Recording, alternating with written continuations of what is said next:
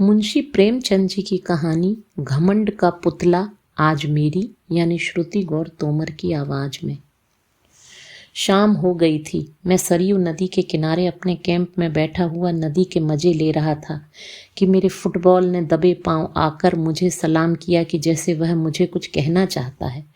Football के नाम से जिस प्राणी का जिक्र किया गया वह मेरा अर्दली था।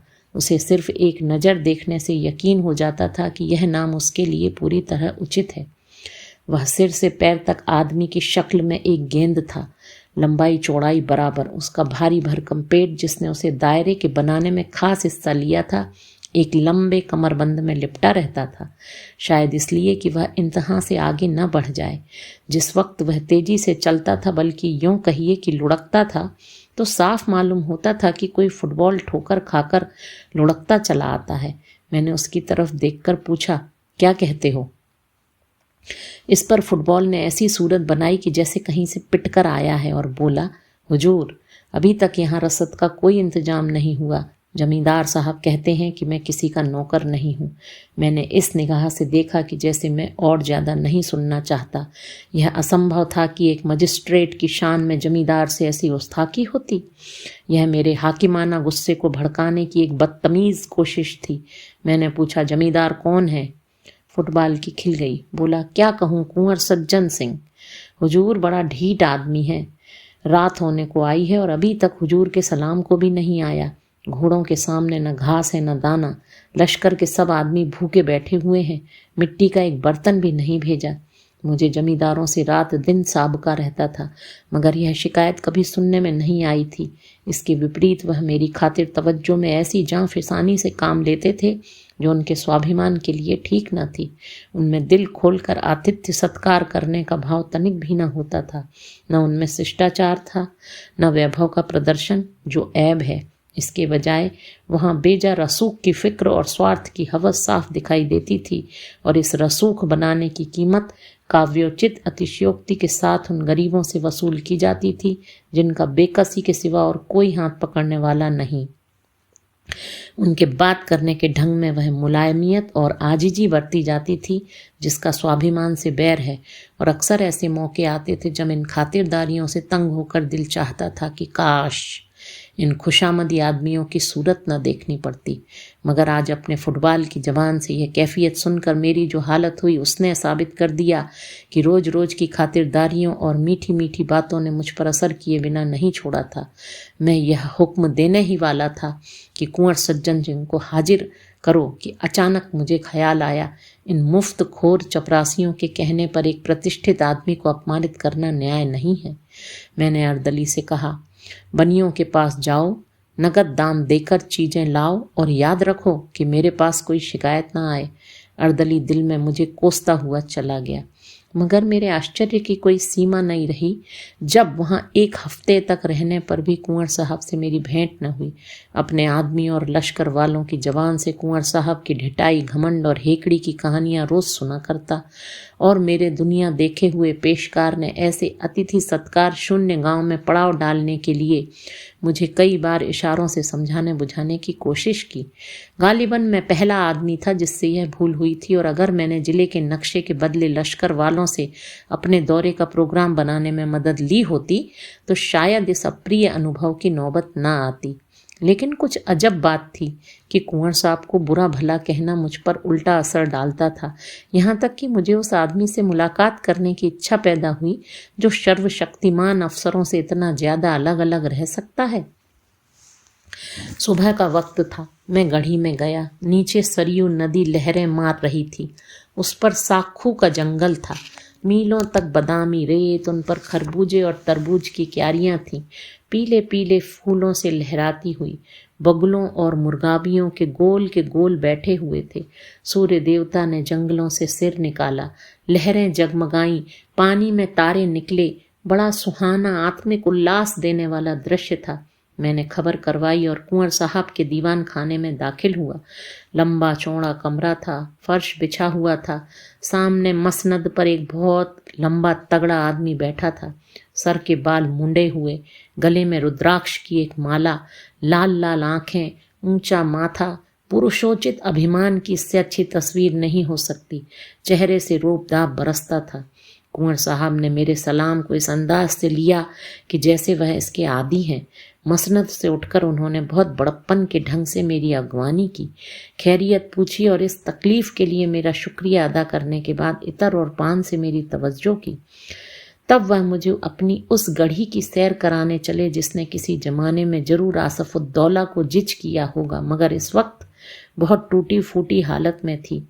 यहाँ के एक एक रोड़े पर कुंवर साहब को नाज था। उनके खानदानी बड़प्पन और रोब दाब का जिक्र उनकी जबान से सुनकर विश्वास न करना असंभव था। उनका बयान करने का ढंग यकीन को मजबूत करता था और वे उन कहानियों के सिर्फ पासबान ही न थे बल्कि वह उनके ईमान का हिस्सा थीं, और जहाँ तक उनकी शक्ति में था उन्होंने अपनी आन निभाने में कभी कसर नहीं की। कुंवर सज्जन सिंह खानदानी रईस थे। उनकी वंश परंपरा यहाँ वहाँ टूटती हुई अंत में किसी महात्मा ऋषि से जाकर मिल जाती थी। उन्हें तपस्या और भक्ति और योग कोई दावा न था, लेकिन इनका गर्व उन्हें अवश्य था कि वे एक ऋषि की संतान हैं। पुरखों के जंगली कारनामे भी उनके लिए गर्व का कुछ कम कारण न थे। इतिहास में उनका कहीं जिक्र न हो, मगर खानदानी भाट ने उन्हें अमर बनाने में कोई कसर नहीं रखी थी। और अगर शब्दों में कुछ ताकत है तो यह गढ़ी रोहतास या कालिंजर के किलों से भी आगे बढ़ी हुई थी। कम से कम प्राचीनता और बर्बादी के बाह्य लक्षणों में तो उसकी मिसाल मुश्किल से मिल सकती थी, क्योंकि पुराने जमाने में चाहे उसने मुहासरों और सुरंगों को हेय समझा हो, लेकिन इस वक्त वह चींटियों और दीमकों के हमले का भी सामना न कर सकती थी। कुंवर सज्जन सिंह से मेरी भेंट बहुत संक्षिप्त थी, लेकिन इस दिलचस्प आदमी ने मुझे हमेशा के लिए अपना भक्त बना लिया। बड़ा समझदार, मामले को समझने वाला, दूरदर्शी आदमी था। आखिर मुझे उसका बिन पैसों का गुलाम बनना था। बरसात में सरयू नदी इस जोर शोर से चढ़ी कि हजारों गांव बर्बाद हो गए। बड़े बड़े तनावर दरख्त तिनकों की तरह बहते चले जाते थे। चारपाइयों पर सोते हुए बच्चे और औरतें खूंटों पर बंधे हुए गाय और बैल और उसकी गरजती हुई लहरों में समा गए। खेतों में नाव चलती थी। शहर में उड़ती हुई खबरें पहुंची। सहायता के प्रस्ताव पास हुए। सैकड़ों ने सहानुभूति और शोक के अर्जेंट तार जिले के बड़े साहब की सेवा में भेजे। टाउन हॉल में कौमी हमदर्दी की पुरशोर सदाएं उठीं और उस हंगामे में बाढ़ पीड़ितों की दर्द भरी पुकारें दब गईं। सरकार के कानों में फरियाद पहुंची। एक जांच कमीशन तैनात किया गया। जमींदारों को हुक्म हुआ कि वे कमीशन के सामने अपने नुकसानों को विस्तार से बताएं और उसके सबूत दें। शिवरामपुर के महाराजा साहब को इस कमीशन का सभापति बनाया गया। जमींदारों में रेल पेल शुरू हुई। नसीब जागे। नुकसान के तखमीने का फैसला करने में काव्य बुद्धि से काम लेना पड़ा। सुबह से शाम तक कमीशन के सामने एक जमघट रहता।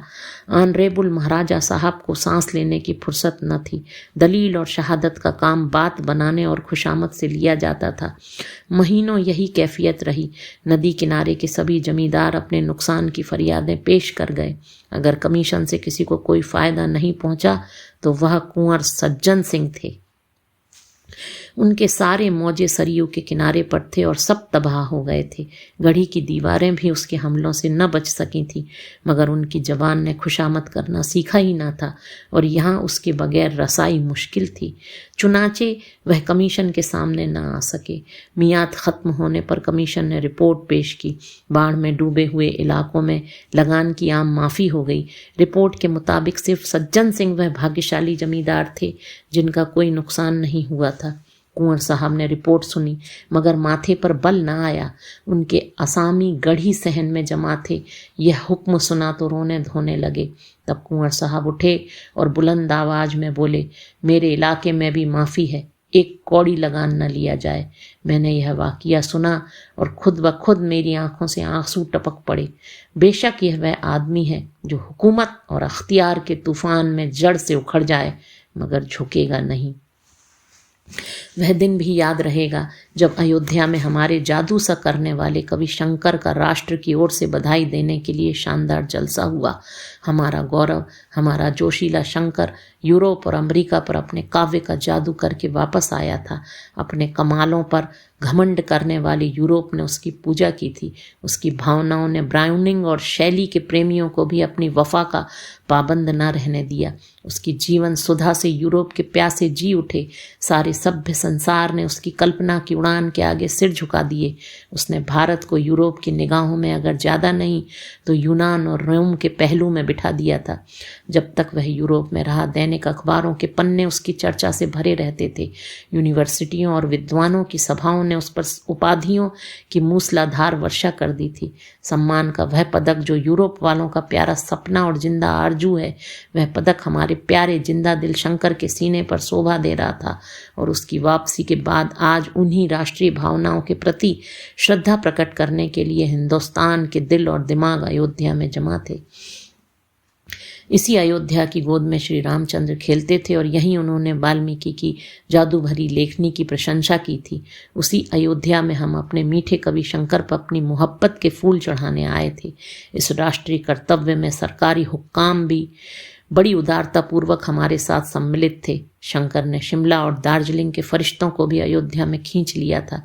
अयोध्या को बहुत इंतजार के बाद ये दिन देखना नसीब हुआ, जिस वक्त शंकर ने उस विशाल विराट पंडाल में पैर रखा। हमारे हृदय राष्ट्रीय गौरव और नशे से मतवाले हो गए। ऐसा महसूस होता था कि हम उस वक्त किसी अधिक पवित्र, अधिक प्रकाशवान दुनिया के बसने वाले हैं। एक क्षण के लिए, अफसोस है कि सिर्फ एक क्षण के लिए, अपनी गिरावट और बर्बादी का ख्याल हमारे दिलों से दूर हो गया। जय जय की आवाज़ों ने हमें इस तरह मस्त कर दिया जैसे महुअर नाग को मग्न कर देता है। एड्रेस पढ़ने का गौरव मुझको प्राप्त हुआ था। सारे पंडाल में खामोशी छाई हुई थी। जिस वक्त मेरी जुबान से यह शब्द निकले, ए राष्ट्र के नेता, ए हमारे आत्मिक गुरु, हम सच्ची मोहब्बत से तुम्हें बधाई देते हैं और सच्ची श्रद्धा से तुम्हारे पैरों पर सिर झुकाते हैं, यकायक मेरी निगाह उठी और मैंने एक हष्टपुष्ट हैकल आदमी को ताल्लुकेदारों की कतार से उठकर बाहर जाते देखा। यह कुंवर सज्जन सिंह थे। मुझे कुंवर साहब की यह बेमौका हरकत, जिसे अशिष्टता समझने में कोई बाधा नहीं है, बुरी मालूम हुई। हजारों आंखें उनकी तरफ हैरत से उठीं। जलसे के खत्म होते ही मैंने पहला काम जो किया वह कुंवर साहब से इस चीज के बारे में जवाब तलब करना था। मैंने पूछा, क्यों साहब, आपके पास इस बेमौका हरकत का क्या जवाब है? सज्जन सिंह ने गंभीरता से जवाब दिया, आप सुनना चाहें तो जवाब दूं? शौक से फरमाइए। अच्छा तो सुनिए, मैं शंकर की कविता का प्रेमी हूँ, शंकर की इज्जत करता हूँ, शंकर पर गर्व करता हूँ, शंकर को अपने और अपनी कौम के ऊपर एहसान करने वाला समझता हूँ, मगर उसके साथ ही उन्हें अपना आध्यात्मिक गुरु मानने या उनके चरणों में सिर झुकाने के लिए तैयार नहीं हूँ। मैं आश्चर्य से उसका मुंह ताकता रह गया। यह आदमी नहीं, घमंड का पुतला है।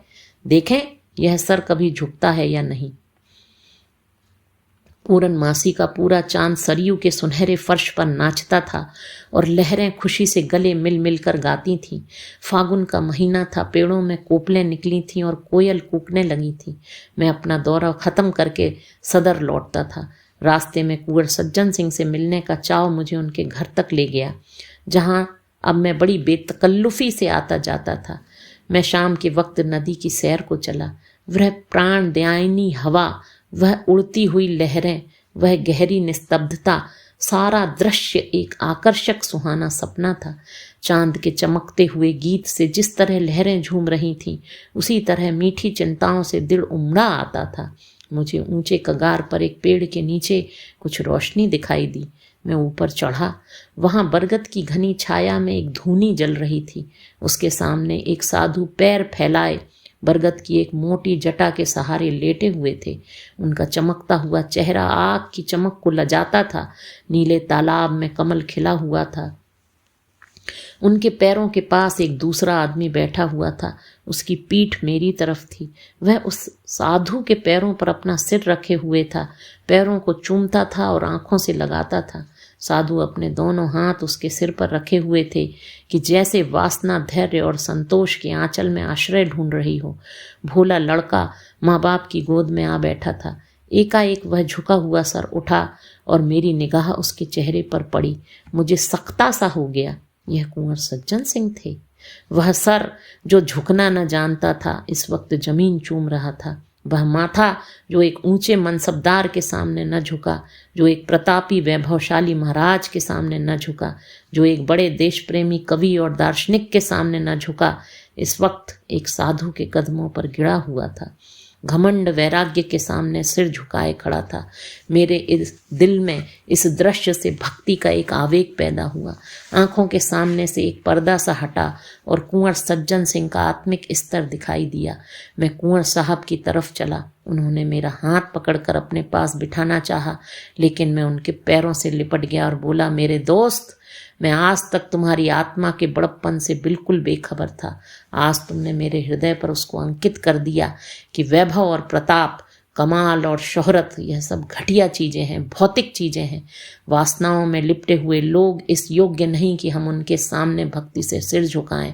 वैराग्य और परमात्मा से दिल लगाना ही वे महान गुण हैं जिनकी ड्योढ़ी पर बड़े बड़े वैभवशाली और प्रतापी लोगों के सिर भी झुक जाते हैं। यही वह ताकत है जो वैभव और प्रताप को अपने पैरों पर गिरा सकती है। ये तपस्या के एकांत में बैठने वाली आत्माओं, तुम धन्य हो कि घमंड के पुतले भी तुम्हारे पैरों की धूल को माथे पर चढ़ाते हैं। कुंवर सज्जन सिंह ने मुझे छाती से लगाकर कहा, मिस्टर वागले, आज आपने मुझे सच्चे गर्व का रूप दिखा दिया और मैं कह सकता हूँ कि सच्चा गर्व प्रार्थना से कम नहीं। विश्वास मानिए, मुझे इस वक्त ऐसा मालूम होता है कि गर्व में भी आत्मिकता को पाया जा सकता है।